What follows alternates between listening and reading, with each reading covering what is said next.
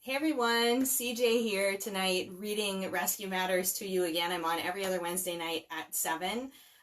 It's my honor and pleasure to share our story. So thank you so much for joining us tonight. And I do have a surprise giveaway for you. So I've got Bella, who's sleeping on the floor. Bella, come here, honey. Come here. Come sit next to us. And I've got Brenda, who's going to help me out here today. Brenda's our badass rescue warrior from last week, and she is in multiple chapters to come. You'll hear about her story.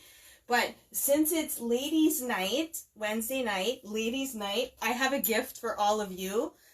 We're so wonderful after we chatted together last. A lot of the copies that all the team, or most of the team, signed on the website were sold, but I still have one available. You wouldn't know it's their names, but the team did sign it. Keith did sign it. Aaron signed it. Aaliyah signed it. I signed it. Trista, Krista, the rest of the team were not there that night. But so I have this one cool copy that I would love to send to one of you. And I have a trivia question because it's ladies' night. We're going to honor the ladies. And I'm going to throw a softball. I got to throw a softball at you. Y'all know Amanda, amazing Amanda. She's going to be on tonight at 9. And you've seen her work a lot. Hands on the ground, boots on the ground. She's, you know, at the rescue. And in one of Amanda's live videos, she said that she previously worked with animals doing what? Amanda previously worked with animals doing what? First person to guess the right answer in the comments, I am going to give you a shout out. You can send me a private message with your address and I will send you this signed copy of Rescue Matters. And who knows, maybe I'll do that every Wednesday night or every other Wednesday night with something special. So if I don't announce your name here, I'm going to look back when we're all done tonight and we'll make sure. Brenda, are we sure? For sure, yep. Contest winner, Beth Welsh. Yep, she said. Excellent. And what the answer is, what did Beth say? Grooming. Grooming, yep. Amanda was a dog groomer. We love amazing Amanda. Okay, Beth, send me a private message, and I'm shipping out books to you tomorrow. Thank you so much. All right, everybody, I'm going to pick up where we left off. We went through chapter 1, the die-off, sort of an introduction to what is going on. Then we went through Gypsy's story. A Rescue is Born, chapter 2, sort of Keith, you know, in his original home and how that all went down. A revolution had begun, one that would prove unstoppable. We talked about the area a little bit, and then last time we talked about Keith's stint as a prison guard, specifically in Stateville. And so I'm going to leave off with just the last paragraph here. And then I'll go forward with Bear's story and chapter 4 tonight. And I'll probably cry. I understood at a deeper level who Keith was, the hell he'd come from, and the skill it took to survive. The irony was not lost on me that my tall, broad-shouldered friend, a burly dude with an unmistakable air of authority, survived 6 years inside Stateville without being assaulted, raped, or killed. That he now was guarding the lives of puppies. Surely, if he could survive serial killers, he could handle a few puppies, right? Bear's story. So before we go on to chapter 4, we've got Bear's story here. And Bear is one of the dogs at the rescue who is part of the resident pack. We've got Bear and Hope and Psycho, and Rob is there, and Grandpa is there, Fardley's there, Smokey's there. Did I miss any in the resident pack? And Bubba, I think, was second, either first or second, or Bear was first or second. There's sort of the one or two. I'd have to double check with Keith, but one or two. So here's Bear's story. Bear's the big German Shepherd who's just sweet as can be now. Bear growled and showed his teeth when Keith approached. If he couldn't be handled, he would have to be put down. The city made the call that he was going to be shot in the morning if Keith wasn't able to take him. Off duty, Keith went to check out the situation. Bear's owners had been arrested and were in prison where they wouldn't get out, ever. I got a typo in there. I will circle that. I want to fix that typo. Bear was being cared for by a kind lady, but she could no longer handle him. The scars across his head and face were painful clues of what he'd been through. But Bear's life and circumstances up until that day were unknown. When Keith approached, Bear let him know he wasn't going anywhere without a fight. Screw this, I thought. I can't take that dog. Then in true Keith style, he tried again and again and again. No luck. Bear was too terrified or ferocious or both to be handled. With great sadness, Keith decided there was nothing he could do. He got back in his vehicle. He had no choice, because sometimes there is no choice. From the outside looking in, it's easy to see a solution. Turn Bear over to someone who can handle him. Don't put him down. Just find a place, find a dog rehabilitation. Let's start over.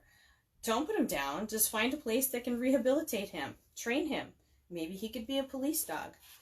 I'm going to stop right there and say that's sort of one of the things. If you're not on the really inner workings of rescue, it's really easy to criticize. It's really easy to criticize hard decisions. And, you know, where we are, where Keith is, and where most rescues are, who's the dog behaviorist that's your next door neighbor or down the block who does it for a living, who doesn't already have enough dogs or enough clients of their own? When you've got a situation like that, where do those dogs go?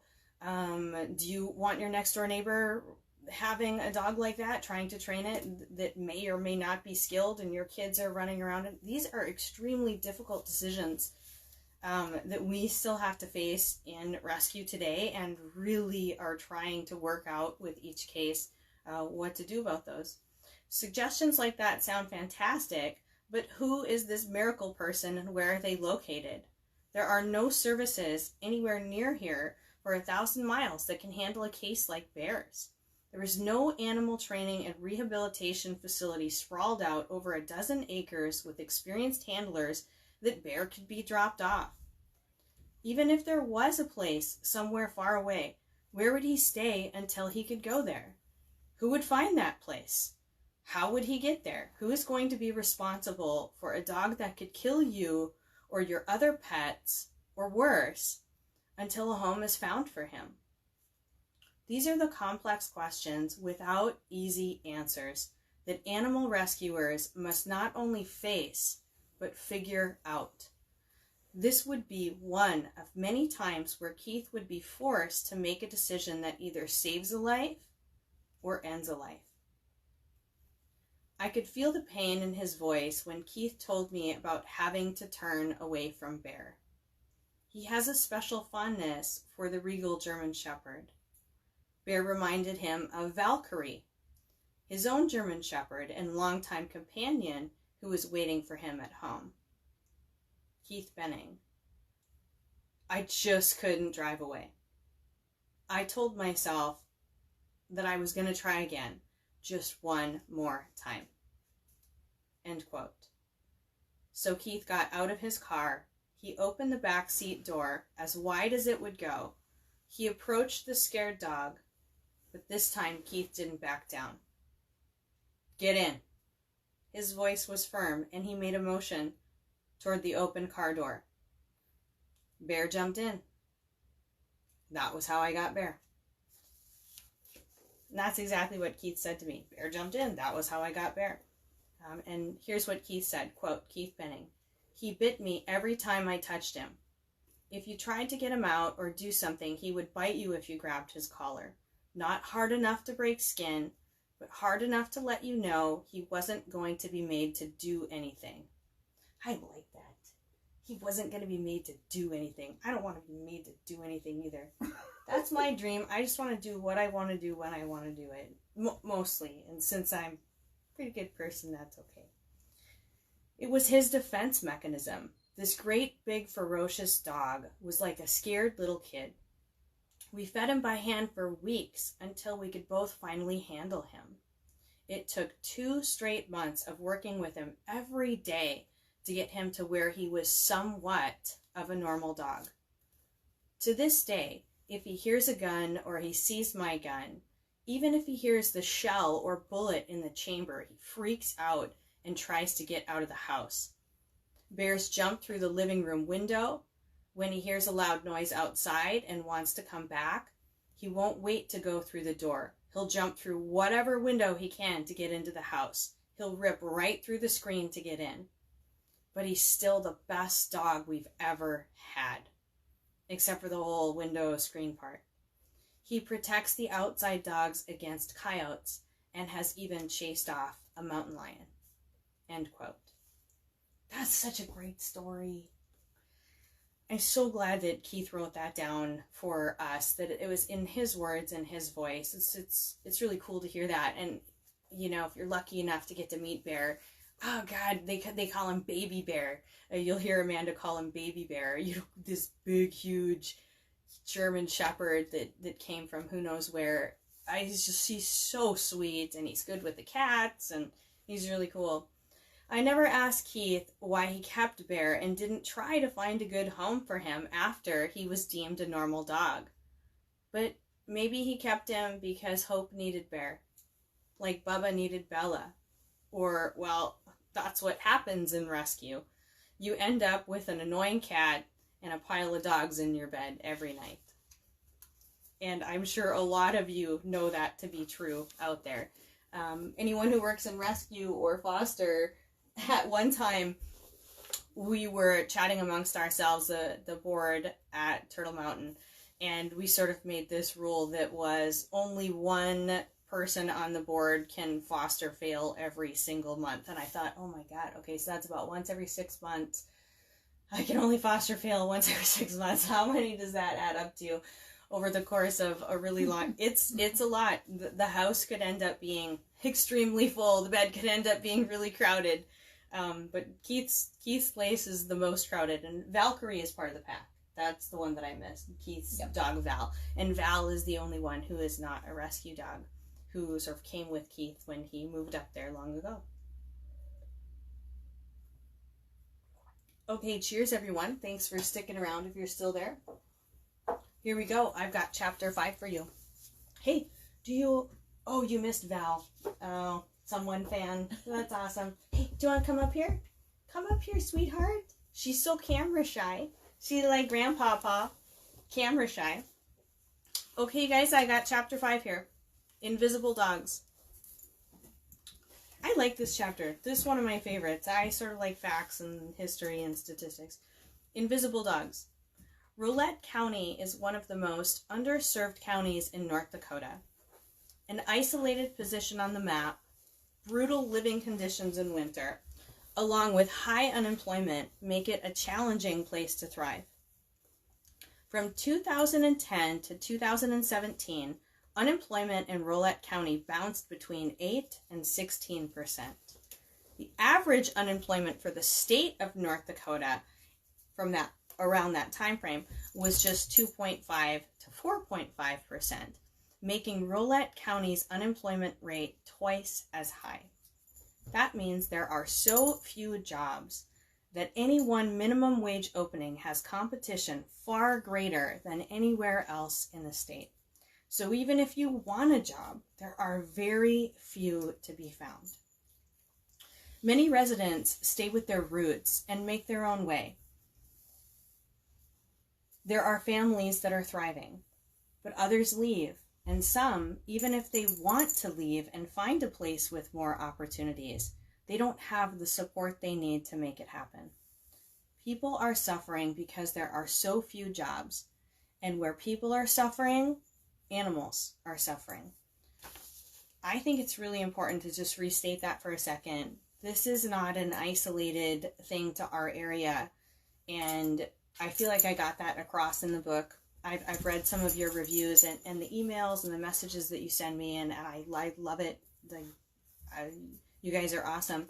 And that really comes across, that I had no idea, and this isn't an isolated problem in this county or in this state or in this area. Like, this is everywhere. Like, how come I didn't know? How come maybe you didn't know before you started following us? This is a problem everywhere. So this is the statement to remember. Hey, where people are suffering, animals are suffering. The state of North Dakota has a high school graduation rate of 85%. In Rolette County, it's 65%.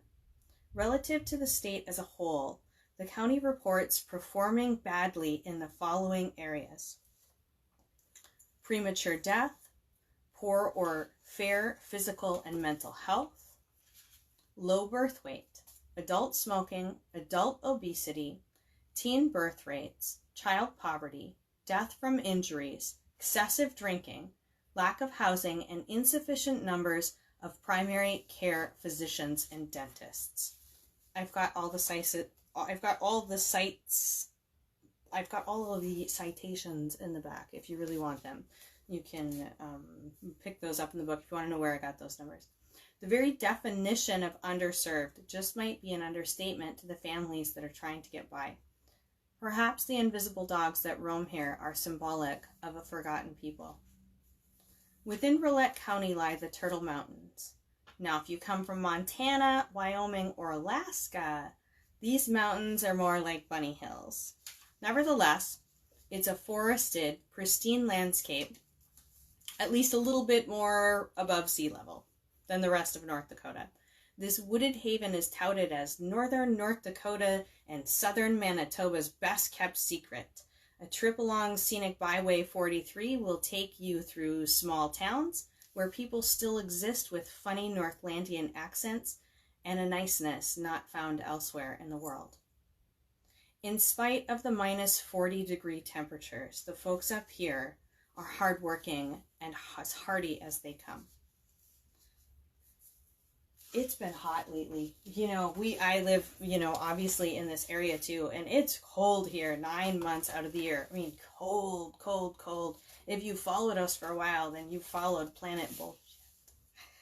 And it feels like that's just around the corner. Sometimes I don't mind. I feel like we are definitely acclimated to the cold if you were born here and live here. Just beyond the county, looking down at night from 35,000 feet, the surrounding stateside is lit up with flares for 100 miles across the Bakken Formation.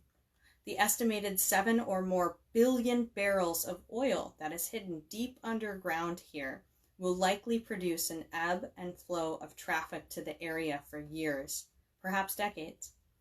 As oil prices fluctuate, there is either a feast or famine of jobs across many industries. The most recent boom that flooded the state with jobs and money has fizzled out, leaving much of western North Dakota reminiscent of a ghost town straight out of an old western movie. The Turtle Mountain tribe also resides within Rolette County, existing as an autonomous government with sovereign status still today. The band of Chippewa Indians in these parts proudly refer to themselves as Anishinaabe, meaning the original people. With a rich and long Native American history, much of their culture is still woven into this area today. From the artwork in the community center to the traditions upheld and passed along in tight family circles, the Chippewa spirit is ever present.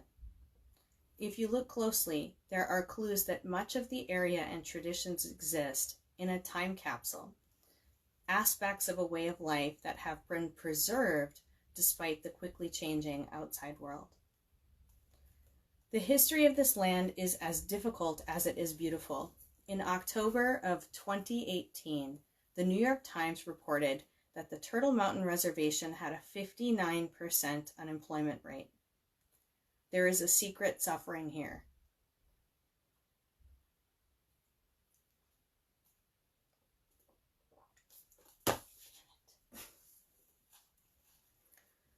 Living among the last of the tall grass prairie.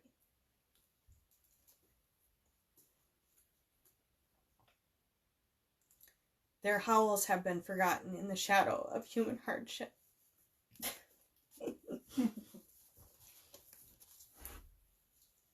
Though Some are hiding in the brush. Most are not actually invisible at all. They are the wallflowers that exist alongside a life that keeps going with or without them. These are the animals that, for decades, have slowly been forgotten and became invisible. These invisible dogs are in every state across the nation, residing in areas where socioeconomic struggles have yet to meet good solutions. Every city has pockets, every state guilty of whole areas overpopulated with domestic dogs and cats. So I gotta stop. Like, why am I crying, right? Time for a toast. Yes, ma'am. Yes, ladies.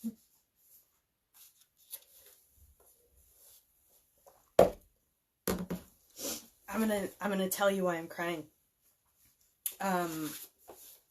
It's not necessarily just that area. It's freaking everywhere. And so as I go forward in the book and look at sort of other areas of the country and other areas around the world, as someone who just has been deeply embedded in animal rights and I'm an animal advocate, sometimes the suffering out there is just immense. Like, to be reminded of it is hard. So that's why I'm crying. To be reminded of it is hard.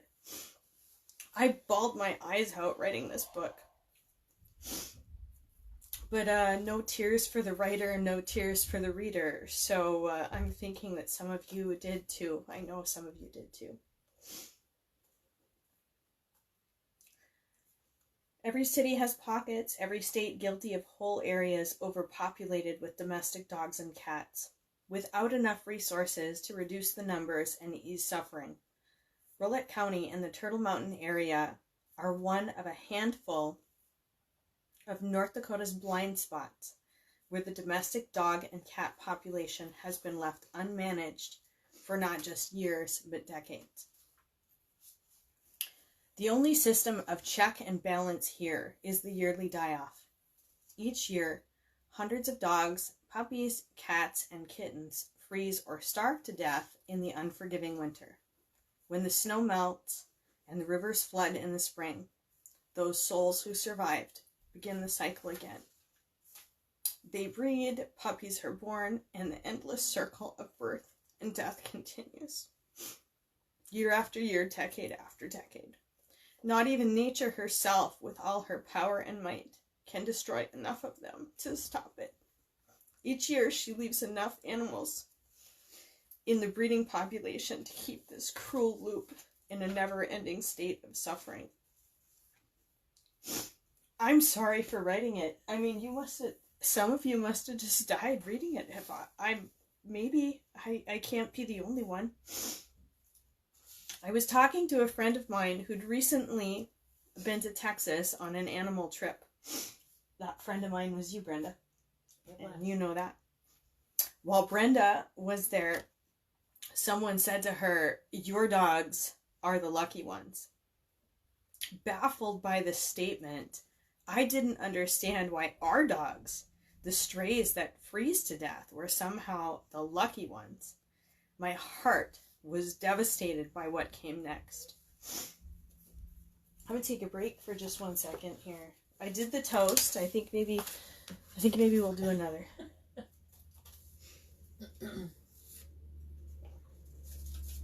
And which dog is here with me tonight? I've got Bella, and Bella is my Turtle Mountain Animal Rescue fail lover, and she just doesn't like the camera, so maybe I'll get her up here after a little bit. But Bella's story, oh god. I didn't even put a box of tissues down here. I'll have to do that. So I'm gonna try and get through chapter 4 here. We go. Baffled by the statement, I didn't understand why our dogs, the strays that freeze to death, were somehow the lucky ones. My heart was devastated by what came next. "At least you have the die-off," the woman said. "The dogs here in Texas suffer for years in the heat. They are starving and have mange that rips open their skin. They roam the streets for years before dying. At least some of yours are saved from years of suffering. Heart broken. It was a reality that I knew already, but that didn't always hit me in the heart the way that this fact check did. She was right. Ours are the lucky ones. The volume of animals suffering in struggling communities across the world is staggering. Perhaps more than nature herself as an executioner can bear to take away. I am forced to think that domestic animal overpopulation is a problem too big for any one county, city, state to manage. Or it wouldn't be a problem. I have to wonder if the problem Turtle Mountain Animal Rescue was trying to solve needed something much smaller than a government with all its bureaucratic hoops and snail-like progress to get the job done. Perhaps the problem needed a fresh eye and a dedicated heart, a man with unique skills, stickability, someone who wouldn't give up, someone who couldn't give up. Giving up is not something Keith Benning knows how to do, making what came next unthinkable. And then we've got Bubba's story, and after that we've got chapter 6, The Deputy's Dogs, which is also, I think, a cool chapter. And Bubba's story, oh my god, Bubba's story. I can't do Bubba's story tonight. I did Bear's story. I got through chapter 4. Thank you so much for everyone still hanging in there. I'm going to have to do Bubba's story next time. And when I was up at the rescue not too long ago, I looked on the floor and there was this sort of patch that was not painted with epoxy. And there were some smudges in the middle of it that looked like dog prints. And I said, hey, guys, what's that? And Keith said, those are Bubba's. Those are Bubba's. When they were redoing the floor, Bubba, of course, crotchety old man. For those of you who have been with us for a while, Bubba is the original grandpa. And he walked right through that paint, and they left his paw prints on the floor, and I took a couple of photos of that. And Bubba's story is really awesome. Bubba's story is really great. And I'm going to take some questions. So any questions that you have here, would love to answer them. What is Grandpa's story? Oh my god, Grandpa's so fun, isn't he? He chews on his pillow and he's just crotchety and craggy, and there's just nothing better than that. Just nothing better than that. I have been doing a lot of research on Grandpa's story. I'm writing another rescue book. It seems and feels like the right thing to do. I love getting our story out there, and I just don't feel like it's finished yet. And so I'm doing another one. And Grandpa's story is going to be in there, and it's really, really neat. I've been chatting with Shannon, who's on the ground at the rescue often, who has a huge hand in where Bubba came from and how he sort of came back to us and came around. But I can't spoil it, and I don't want to say anything that is not entirely confirmed right now. So Bubba is in great hands. That good old man is going to spend the rest of his days in a really good place. Do the Turtle Mountains extend over the border? They extend into southern Manitoba.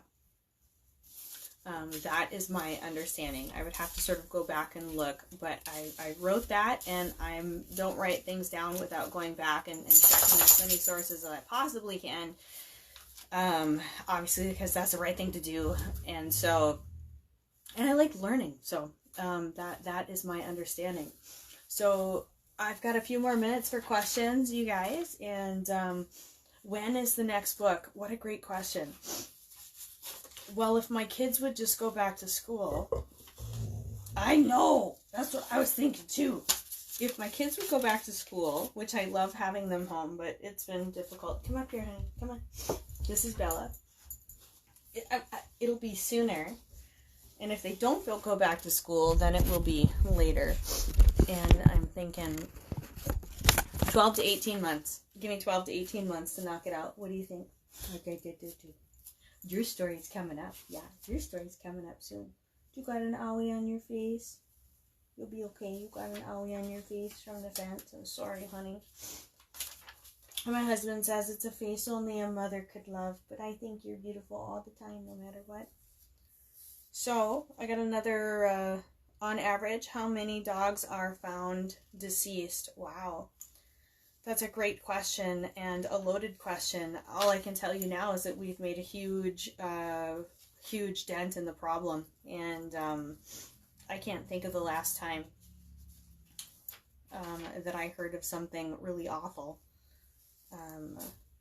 Besides speculation on what happened to Roach. So things are a lot better. What is a normal day schedule for Keith? I don't want to entirely speak for him. I feel like I can give you a sort of a rough estimate of 24/7. I know that Keith is a night owl, but that he has to get up really early in the morning. Scott too. Man, their schedule is insane. I've stayed up there with those guys, not a lot, but a few times, and it is just absolutely nuts what they do on the ground every single day and how many hours they put in. I'm sorry I don't have a more specific answer. I know Keith would be totally cool answering that question. I got a couple things. Check out the website for hats, t-shirts, and this really super duper cool painting of Annie, and I'm working on some updates for Annie and Lucy, our little mange puppy. But Georgia, I love that name. Creatively Georgia painted this and donated these prints to us, and they're on our website for you guys to purchase. So if you'd like that, they are up there, and the hat and the shirt and some other things. And all of the copies of the books on the website I sign and deliver. So they're all signed. They're not signed by the entire team, but at least I sign them. So if you want to pick up Rescue Matters off the website, that's a great place to do it. It's also online everywhere books sold, and I donate a portion of the profits always back to the rescue.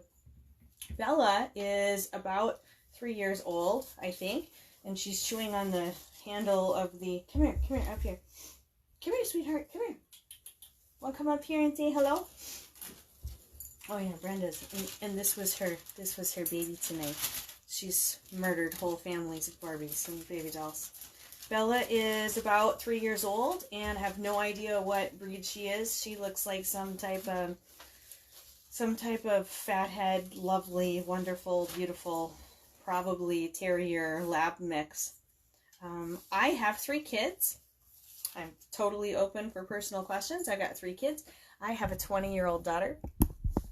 And I have a 5-year-old and an 8-year-old.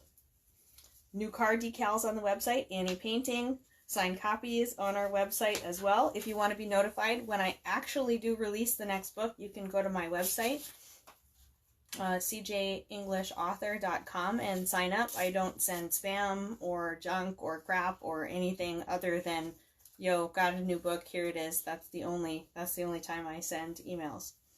Any of the back chapters of Rescue Matters are on YouTube, so if you want to listen to all the other stories and all the other chapters, they are free on YouTube. If you've got someone who wants to listen or watch me cry, you can certainly recommend that to them. You can read the whole book for free on YouTube, or listen to the whole book for free as soon as I get through it all anyway. And last thing here, we've got a fundraising event coming up this weekend. Friday night, Gina is going to be live. She's sort of our house musician. She's super duper freaking awesome and really good. And she donates a portion of her virtual tips back to the rescue. So she'll be live on Friday night. And then we've got Ride for Rescues on Saturday morning. Thank you, Linda, for setting all of that up. Check out the events page for more details. And thank you so much to all the ladies behind Turtle Mountain Animal Rescue. So cheers to Ladies Night. I'm gonna do a little cheers to all the ladies. There are a lot of them. And the ladies behind Turtle Mountain Animal Rescue are absolutely incredible and dedicated and hardworking. And they have lots more kids and lots more dogs than I do. And they do so much more every single day. I can't even believe it. You know, when you all comment and you're like, oh, you know, your entire team is great. It's super awesome, but oh my God, you have no idea how incredibly great they are. And all the moms and our foster families and the adoption team and just everyone. There's too many to mention. I'm scared to not mention someone. So cheers to all the ladies behind Turtle Mountain Animal Rescue. You know, this is for you too. And I will see you guys in 2 weeks at 7 o'clock on Wednesday night, 2 weeks from now. And I'm sure that I'll cry tremendously with Bubba's story. Brenda, you'll come back and support me and rub my back when I cry. Okay. Love you guys. Thank you.